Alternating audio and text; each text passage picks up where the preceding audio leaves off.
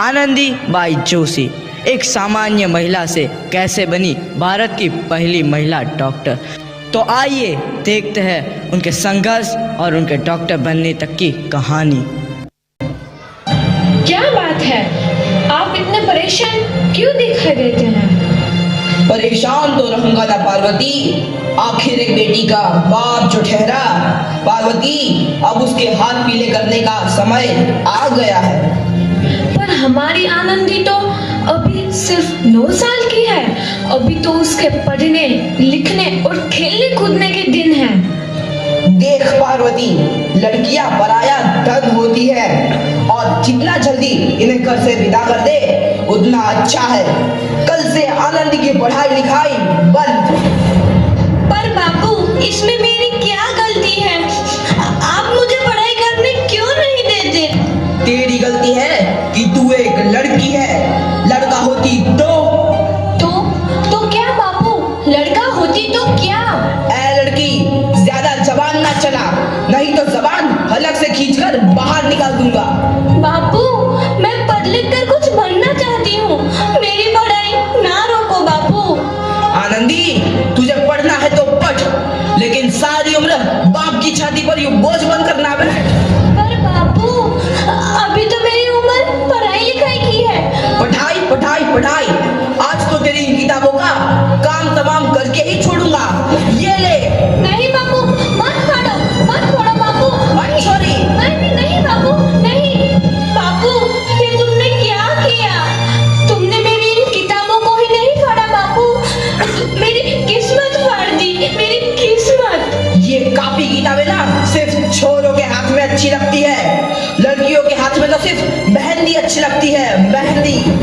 पर बापू, मैं लड़की हूँ तो क्या हुआ? लड़का और लड़की तो हमारे दोनों आंखों के समान होते हैं। चुप कर आनंदी, और यह एहसान मान कि अब तक जिंदा है तू। कहीं बचपन में गला दबाकर मार दिया होता तो यह तेरी बकबक नहीं सुननी पड़ती आज। पर बापू, मुझे चूल्हा जलाना अच्छा ना लगे है। देख छोरी, जितना जल्दी हो तू चूल्हा जलाना सीख ले, उतना ही अच्छा है तेरे लिए। और हाँ, तेरा ब्याह तो होगा, वो भी कल के कल। बेटी, हम औरतों की यही नियति है। अबला जीवन है तुम्हारी यह कहानी। आंचल में है दूध और आंखों में है पानी। मुझे माफ कर दे बेटी, तेरे बापू के जिद के आगे मेरी एक न चलेगी। माफ कर दे बेटी, मुझे माफ कर दे। इस प्रकार मात्र 9 वर्ष की छोटी उम्र में आनंदी का विवाह गोपाल राव जोशी से हो गया। बाल विवाह एक सामाजिक कुरीति है और इस कुप्रथा का शिकार होना पड़ा आनंदी को।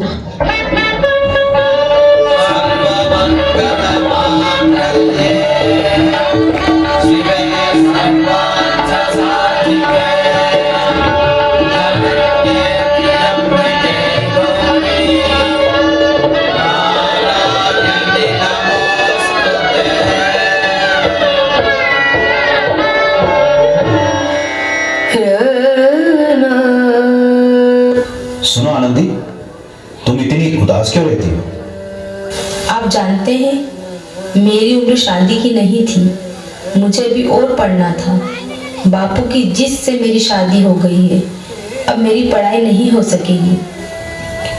ऐसे उदास मत हो, देखते हैं मैं तुम्हारे लिए क्या कर पाता हूँ। और इस प्रकार समय गुजरता जाता है।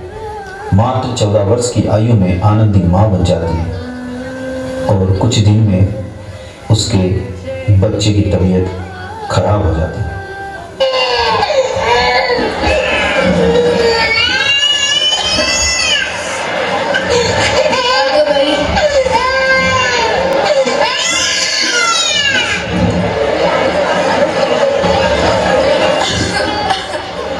सुनिए ना, इसका बुखार तो उतर ही नहीं रहा है। इसका मुंह तुम्हें अंगात की तरह टप रहा है। क्या? लीजिए। दादा, जल्दी से बेटी को बुलाइए।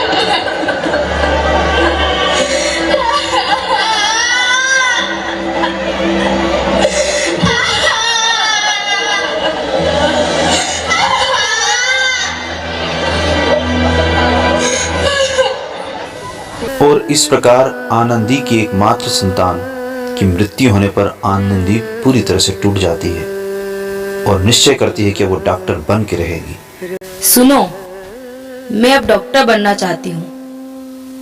अब मैं अनपढ़ नहीं रहूंगी मैं अनपढ़। मैं पढ़ूंगी ताकि कल किसी आनंदी को इलाज के अभाव में अपने बच्चे को न खोना पड़े। अब मैं डॉक्टर बनकर दिखाऊंगी। आप मेरी मदद करेंगे ना?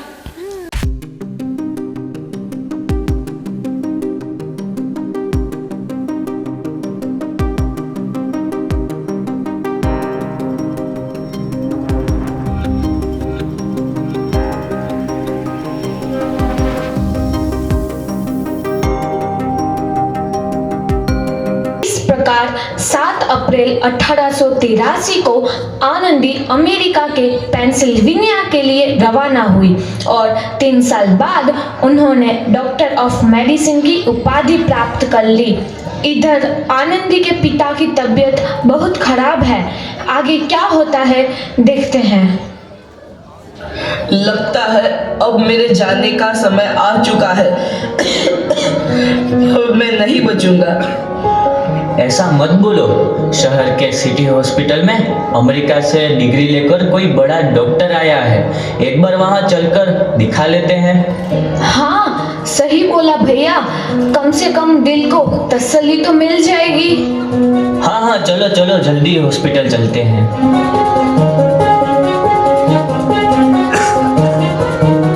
इस मरीज की हालत तो बहुत ही खराब है। कोई चमत्कार ही इसे बचा सकता है।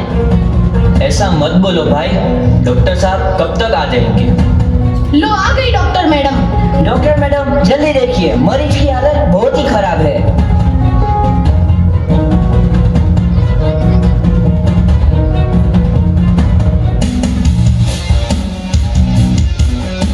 अब आप बिल्कुल ठीक हैं। मौत के मुंह से आपको बचाया है डॉक्टर मैडम ने। डॉक्टर साहब ने मुझे बचा लिया। मुझे मिलना है डॉक्टर साहब से।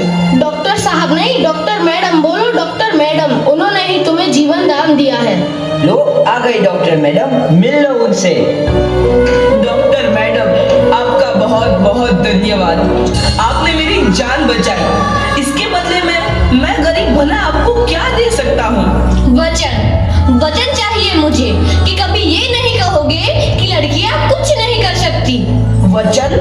ये कैसा वचन? अरे श्यामलाल, तुमने पहचाना नहीं? तुम्हारी बेटी आनंदी। आनंदी? मेरी बेटी आनंदी? डॉक्टर? हाँ बापू, वही आनंदी जिसके लिए बचपन में तूने चूल्हा और दुल्हा के अलावा कुछ नहीं सोचा था। आनंदी, आनंदी मेरी बेटी, मुझे माफ कर दे। मैं तेरा गुनहगार हूँ बेटी। नहीं नहीं बापू, वही आनंदी जिसके हाथ पीले करके तुम उसकी सारी जिंदगी काला कर देना चाहते थे। माफ कर दे मुझे मेरी बच्ची, माफ कर दे। मैं तेरा अपराधी हूँ मेरी बच्ची, माफ कर दे। नहीं बापू, मैंने तो तेरा एहसान चुकाया है। याद है ना अपना एहसान जो बचपन में तुमने मुझ पर किया था? ताने सुना सुना कर जीते जी मार डाला था मुझको। अब बोल, और किस किस को मारेगा? आनंदी बेटी, मुझे माफ कर दे मेरी बच्ची। मैं तेरा गुनहगार हूँ। बापू, आपने ही तो बोला था किताबें सिर्फ बेटों के हाथ में अच्छी लगती है, बेटियों के हाथ में तो सिर्फ मेहंदी। बेटों और बेटियों में फर्क करना तो आंखों में फर्क करने समान है। एक का पढ़ना और दूसरे का ना पढ़ना सामाजिक अंधकार है बापू, सामाजिक अंधकार। उपकार मांगता हूँ मैं तुझ जैसी बेटी का, जिसने सारी उम्र मुझसे कुछ ना मांगा तो सिर्फ बराबरी का दर्जा। वरना सच तो यह है कि मैं तेरी माफी के लायक भी ना हूँ। मुझ जैसा बाप तेरी बराबरी कर सके उसके मैं लायक भी ना हूँ मेरी बेटी, लायक भी ना हूँ। अपने बापू को क्या माफ नहीं करोगे आनंदी? माफ कर दो आनंदी, माफ कर दो। सुबह का भूला यदि शाम को घर लौट आए तो उसे भूला नहीं कहते। बापू, तो इस प्रकार आनंदीबाई जोशी ने अपनी मेहनत और अटूट इरादे से न केवल भारत की पहली महिला डॉक्टर बनी, बल्कि आगे चल के उन लड़कियों के लिए सुनहरा रास्ता दिखा गई जो जीवन में कुछ करना चाहती थी।